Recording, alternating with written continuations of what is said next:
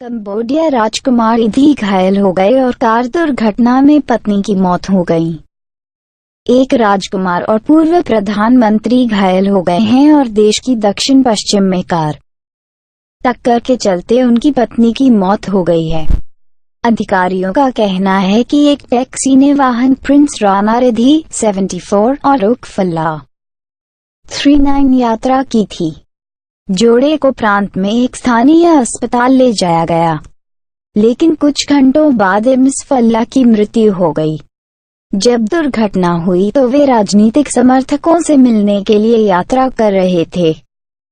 King ceremony के आधे भाई राजकुमार रिद्धि एक राजनीतिक दल की अगुवाई करते हैं जो अगले महीने के विवादास्पद आम चुनाव लड़ रहे हैं।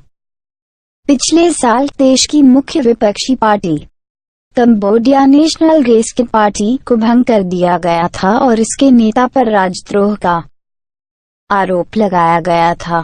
प्रधानमंत्री हुन सेन ने 33 वर्षों तक देश पर शासन किया है और लंबे समय से विरोधियों को डराने और असंतोष को कुचलने के लिए अदालतों और सुरक्षा बलों का उपयोग करने का आरोप लगाया गया है।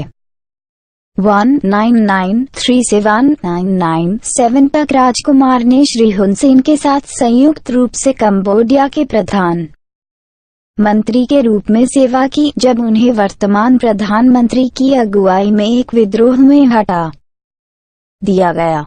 श्री हुन सेन के साथ मिलकर राजकुमार ने 2015 में राजनीतिक वापसी की।